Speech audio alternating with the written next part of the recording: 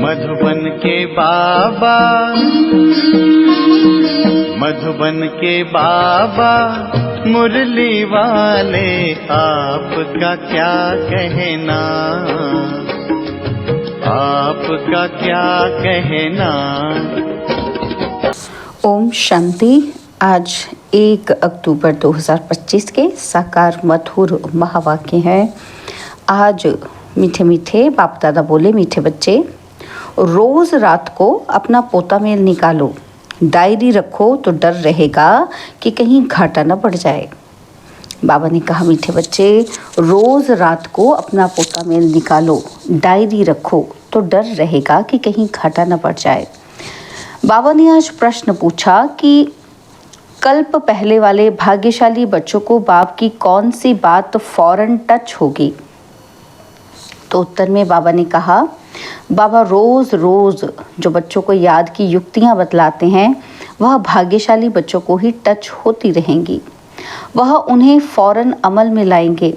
बाबा कहते, बच्चे कुछ टाइम एकांत में बगीचे में जाकर बैठो, बाबा से मीठी मीठी बातें करो, अपना चार्ट रखो तो उन्नति होती रहेगी। ओम शांति। मिलिट्री को पहले पहले सावधान किया जाता है, अटेंशन प्लीज। तो बाप भी बच्चों को कहते हैं, अपने को आत्मा निश्चय कर बाप को याद करते रहते हो। तो बच्चों को समझाया है कि यह ज्ञान बाप इस समय ही दे सकते हैं, बाप ही पढ़ाते हैं, भगवानुवाच है ना। तो मूल बात हो जाती है कि ये भगवान कौन है, कौन पढ़ाते हैं।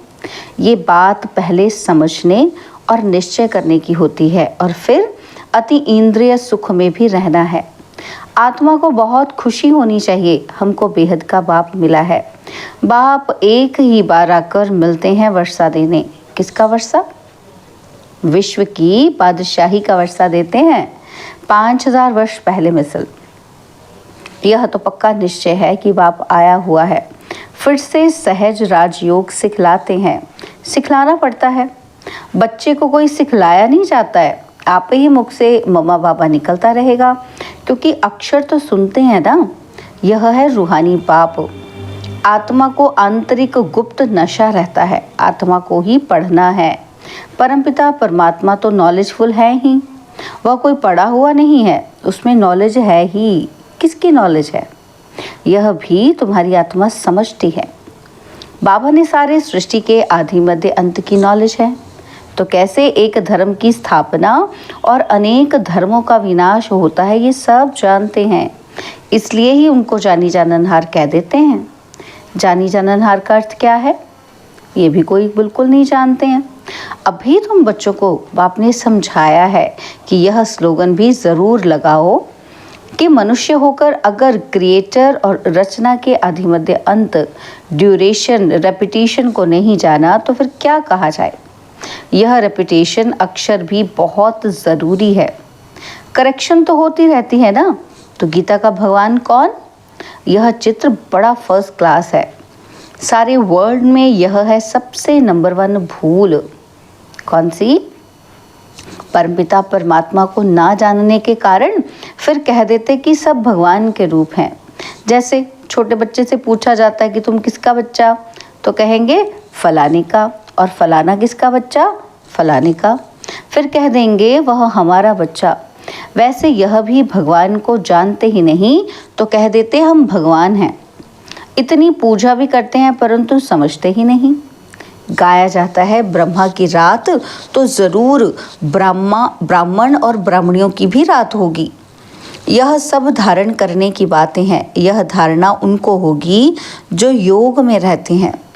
याद को ही बल कहा जाता है। ज्ञान तो है सोर्स ऑफ इनकम। याद से शक्ति मिलती है जिससे विकर्म विनाश होते हैं। तुम्हें बुद्धि का योग बाप से लगाना है। यह ज्ञान बाप अभी ही देते हैं और फिर कभी मिलता ही नहीं, सिवाय बाप के कोई दे ही ना सके।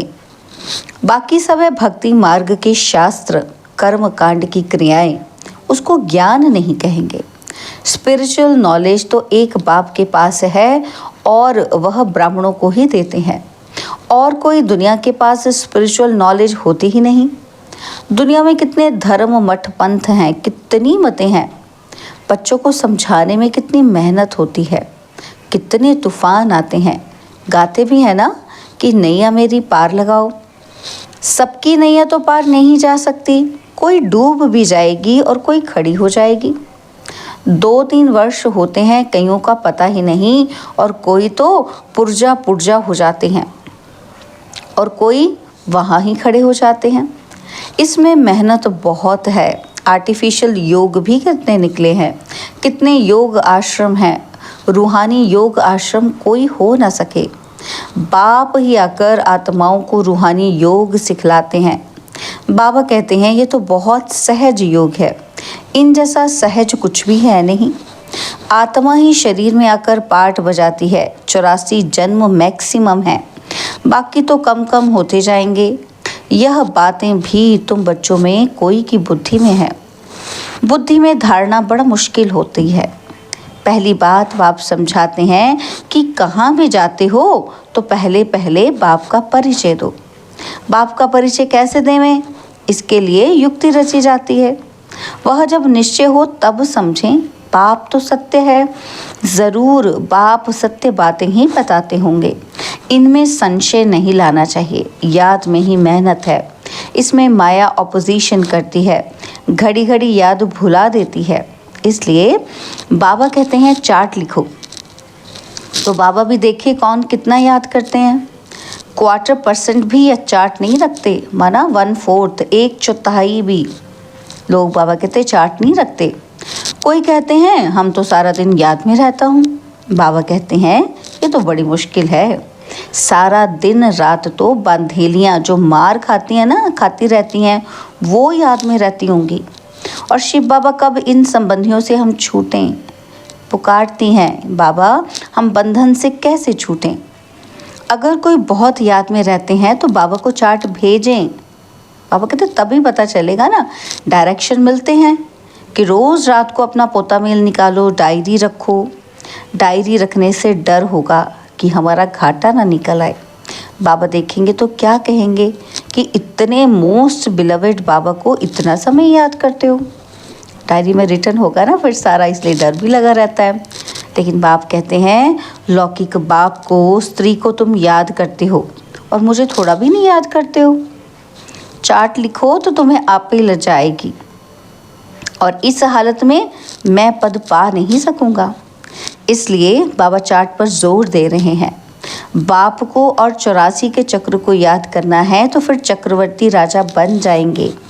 आप समान बनाएंगे तब तो प्रजा पर राज्य करेंगे। यह है ही राजयोग, नर से नारायण बनने का एम ऑब्जेक्ट यह है। जैसे आत्मा को देखा नहीं जाता, समझा जाता है कि इनमें आत्मा है, ये भी समझा जाता है। तो इन लक्ष्मी नारायण की ज़रूर राजधानी होगी। इन्होंने सबसे जास्ती मेहनत की है तब स्कॉलरशिप पाई है, तो ज़रूर इन्हों की बहुत प्रजा होगी। ऊंच ते ऊंच पद पाया है, ज़रूर बहुत योग लगाया है तब पास विद ऑनर हुए। तो ये भी कारण निकालना चाहिए कि हमारा योग क्यों नहीं लगता, है ना। ढूंढना चाहिए। बाबा कहते हैं इसका कारण निकालो कि मेरा योग क्यों नहीं लगता है। धंधे आदि के झंझट में बहुत बुद्धि चली जाती है, उनसे टाइम निकाल इस तरफ जास्ती ध्यान देना चाहिए। कुछ टाइम निकाल बगीचे में एकांत में बैठना चाहिए। फीमेल तो जा ना सके, क्यों? बाबा कहते हैं उनको तो घर संभालना होता है ना, तो पुरुषों को सहज है। तो कल्प वहले वाले जो भाग्यशाली होंगे उनको ही ये टच होगा। पढ़ाई तो बहुत अच्छी है, बाकी हर एक की बुद्धि अपनी होती है। कैसे भी करके बाप से वर्षा लेना है, तो बाप डायरेक्शन सब देते हैं। करना तो बच्चों को ही है। बाबा डायरेक्शन देंगे जर्नल सबके लिए जो अप्लीकेबल होगी, है ना। तो बाबा कहते हैं एक एक पर्सनल भी आकर कोई पूछे तो राय दे सकते हैं। तीर्थों पर, बड़े बड़े पहाड़ों पर जाते हैं तो पंडे लोग सावधान करते रहते हैं। बड़ी मुश्किलात से जाते हैं। तुम बच्चों को तो बाप बहुत सहज युक्ति बताते हैं। बाप को याद करना है, शरीर का भान खत्म करना है। बाप कहते हैं मुझे याद करो, बाप आकर नॉलेज दे चले जाते हैं। आत्मा जैसा तीखा रॉकेट और कोई हो नहीं सकता। वो लोग मून आदि की तरफ जाने में कितना टाइम वेस्ट करते हैं। यह भी ड्रामा में नूंद है। यह साइंस का हुनर भी विनाश में मदद करता है। वह है साइंस और तुम्हारी है साइलेंस। अपने को आत्मा समझ बाप को याद करना, ये है डेड साइलेंस। मैं आत्मा शरीर से अलग हूँ। यह शरीर पुरानी जुत्ती है। सर्प कछुए के मिसाल भी तुम्हारे लिए है। तुम ही कीड़े जैसे मनुष्य को भूं भूं कर मनुष्य से देवता बनाती हो। विषय सागर से क्षीर सागर में ले जाना तुम्हारा काम है। सन्यासियों को ये यज्ञ तप आदि कुछ भी नहीं करना है। भक्ति और ज्ञान है ही गृहस्थियों के लिए। उन्हों को तो सत्युग में आना ही नहीं है। वह क्या जाने इन बातों से। यह भी ड्रामा में नूंद है इस निवृत्ति मार्ग वालों की। जिन्होंने पूरे 84 जन्म लिए हैं वही ड्रामा अनुसार आते रहेंगे। इसमें भी नंबरवार निकलते रहेंगे। माया बड़ी प्रबल है और आंखें बड़ी क्रिमिनल हैं। ज्ञान का तीसरा नेत्र मिलने से आंखें सिविल बनती हैं और फिर आधा कल्प कभी क्रिमिनल नहीं बनेगी। यह है बड़ी धोखेबाज। तुम जितना बाप को याद करेंगे उतना कर्मेंद्रियां शीतल होंगी और फिर 21 जन्म कर्मेंद्रियों को चंचलता में आना नहीं है। वहाँ कर्मेंद्रियों में चंचलता होती ही नहीं। सब कर्मेंद्रियां शांत सतोगुणी रहती हैं। देह अभिमान के बाद ही सब शैतानी आती है। बाप तुमको देही अभिमानी बनाते हैं। आधा कल्प के लिए तुमको वर्षा मिल जाता है। जितनी जो मेहनत करते हैं उतना ऊंच पद पाएंगे। मेहनत करनी है देही अभिमानी बनने की और फिर कर्मेंद्रियां धोखा नहीं देंगी। अंत तक युद्ध चलती रहेगी। जब कर्मातीत अवस्था को पाएंगे तब वह लड़ाई भी शुरू होगी। दिन प्रतिदिन आवाज होता जाएगा, मौत से डरेंगे। बाप कहते हैं ये ज्ञान सबके लिए है, सिर्फ बाप का परिचय देना है। हम आत्माएं सब भाई भाई हैं, सब एक बाप को याद करते हैं। गॉड फादर कहते हैं करके कोई नेचर को मानने वाले होते हैं, परंतु गॉड तो है ना। उनको याद करते हैं मुक्ति, जीवन मुक्ति के लिए। मोक्ष तो है नहीं। वर्ल्ड की हिस्ट्री ज्योग्राफी को रिपीट करना है। बुद्धि भी कहती है कि जब सतयुग था तो एक ही भारत था। मनुष्य तो कुछ भी नहीं जानते। इन लक्ष्मी नारायण का राज्य था ना, तो लाखों वर्ष की बात तो हो ना सके। लाखों वर्ष होते तो कितनी ढेर संख्या हो जाती। बाप कहते हैं अब कलयुग पूरा हो, सतयुग की स्थापना हो रही है। वह समझते हैं कलयुग तो अर्जुन बच्चा है, इतने 1000 वर्ष की आयु है। तुम बच्चे जानते हो। क्या जानते हैं हम? कि कल्प है ही 5000 वर्ष का। भारत में ये स्थापना हो रही है। भारत ही अब स्वर्ग बन रहा है। अभी हम श्रीमत पर यह राज्य स्थापन कर रहे हैं। अब बाप कहते हैं मामिकम याद करो। पहला पहला शब्द ही यह दो। जब तक बाप का निश्चय नहीं होगा तब तक प्रश्न पूछते रहेंगे और फिर कोई बात का उत्तर नहीं मिलेगा तो समझेंगे ये तो जानते ही कुछ नहीं, और कहते हैं कि भगवान हमको पढ़ाते हैं। इसलिए पहले पहले तो एक ही बात पर ठहर जाओ। पहले बाप का निश्चय करें कि बरोबर सभी आत्माओं का बाप एक ही है और वह है रचता, तो जरूर संगम पर ही आएंगे। बाप कहते हैं मैं युगे युगे नहीं, कल्प के संगम युग पर आता हूँ। मैं हूँ ही नई सृष्टि का रचता, तो बीच में कैसे आऊँगा। मैं आता ही हूँ पुरानी और नई के बीच में। इनको पुरुषोत्तम संगम युग कहा जाता है। तुम पुरुषोत्तम भी यहाँ बनते हो। लक्ष्मी नारायण सबसे पुरुषोत्तम है। एम ऑब्जेक्ट कितनी सहज है। सबको बोलो कि ये स्थापना हो रही है। बाबा ने कहा है पुरुषोत्तम अक्षर जरूर डालो, क्योंकि यहाँ तुम कनिष्ठ से पुरुषोत्तम बनते हो। ऐसी ऐसी मुख्य बातें भूलनी नहीं चाहिए और संवत की डेट भी ज़रूर लिखनी चाहिए। यहाँ तुम्हारी पहले से राजाई शुरू हो जाती है। औरों की राजाई पहले से नहीं होती। वह तो धर्म स्थापक आए तब उनके पीछे उनके धर्म की वृद्धि हो। करोड़ों बने तब राजाई चले। तुम्हारी तो शुरू से सतयुग में राजाई होगी। यह किसी को भी बुद्धि में नहीं आता कि सतयुग में इतनी राजाई कहाँ से आई। कलयुग अंत में इतने ढेर धर्म हैं और फिर सतयुग में एक धर्म, एक राज्य कैसे हुआ। कितने हीरो जवाहरों के महल हैं। भारत ऐसा था जिसको पैराडाइज कहते थे।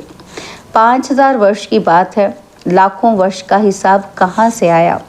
मनुष्य कितने मूंझे हुए हैं, अब उनको कौन समझाए। वे समझते थोड़ी हैं कि हम आसुरी राज्य में हैं। इनकी तो महिमा सर्वगुण संपन्न है। इनमें 5 विकार नहीं है, क्योंकि देही अभिमानी हैं तो बाप कहते हैं मुख्य बात है याद की। 84 जन्म लेते लेते तुम पतित बने हो और अब फिर पवित्र बनना है। यह ड्रामा का चक्र है। अच्छा, मीठे मीठे सिकिलदे बच्चों प्रति माता पिता बाप दादा का याद, प्यार और गुड मॉर्निंग। रूहानी बाप की रूहानी बच्चों को नमस्ते। हम रूहानी बच्चों की रूहानी बाप दादाजी को दिलवा चांद सिकवा प्रेम से नमस्ते। ओम शांति। प्यारे बाबा, मीठे बाबा, मेरे बाबा, शुक्रिया बाबा, शुक्रिया बाबा, शुक्रिया। धारणा के लिए मुख्य सार है। पहला पॉइंट है, ज्ञान के तीसरे नेत्र को धारण कर अपनी धोखेबाज आँखों को सिविल बनाना है। याद से ही कर्मेंद्रियां शीतल सतोगुणी बनेंगी, इसलिए यही मेहनत करनी है। और सेकंड पॉइंट है, धंधे आदि से टाइम निकाल एकांत में जाकर बैठना है, याद में बैठना है, कारण देखना है कि हमारा योग क्यों नहीं लगता है। अपना चार्ट जरूर रखना है। और बाबा ने आज हमें वरदान दिया, सहन शक्ति द्वारा अविनाशी और मधुर फल प्राप्त करने वाले सर्व के स्नेही भव। सहन शक्ति द्वारा अविनाशी और मधुर फल प्राप्त करने वाले सर्व के स्नेही भव। बाबा ने समझाया कि सहन करना मरना नहीं है, लेकिन सबके दिलों में स्नेह से जीना है। कैसा भी विरोधी हो, रावण से भी तेज हो। बाबा कहते देखो, रावण से भी तेज हो, एक बार नहीं 10 बार सहन करना पड़े, फिर भी सहन शक्ति का फल अविनाशी और मधुर है। सिर्फ ये भावना नहीं रखो कि मैंने इतना सहन किया तो ये कुछ भी करे। तो बाबा कहते अल्पकाल के फल की भावना नहीं रखो, रहम भाव रखो, यही है सेवा भाव। सेवा भाव वाले सर्व की कमजोरियों को समा लेते हैं, उनका सामना नहीं करते। स्लोगन, जो बीत चुका उसको भूल जाओ। बीती बातों से शिक्षा लेकर आगे के लिए सदा सावधान रहो। बाबा के अव्यक्त इशारे हैं, स्वयं और सर्व के प्रति मनसा द्वारा योग की शक्तियों का प्रयोग करो। बाबा ने समझाया कि जैसे बाप दादा को रहम आता है, ऐसे आप बच्चे भी मास्टर रहम दिल बन अपनी मनसा वृत्ति से वायुमंडल द्वारा आत्माओं को बाप द्वारा मिली हुई शक्तियां दो। जब थोड़े समय में सारे विश्व की सेवा संपन्न करनी है, तब तत्वों सहित आप सबको पावन बनाना है, तो मनसा द्वारा तीव्र गति से सेवा करो, योग की शक्तियों का प्रयोग करो। अच्छा, ओम शांति।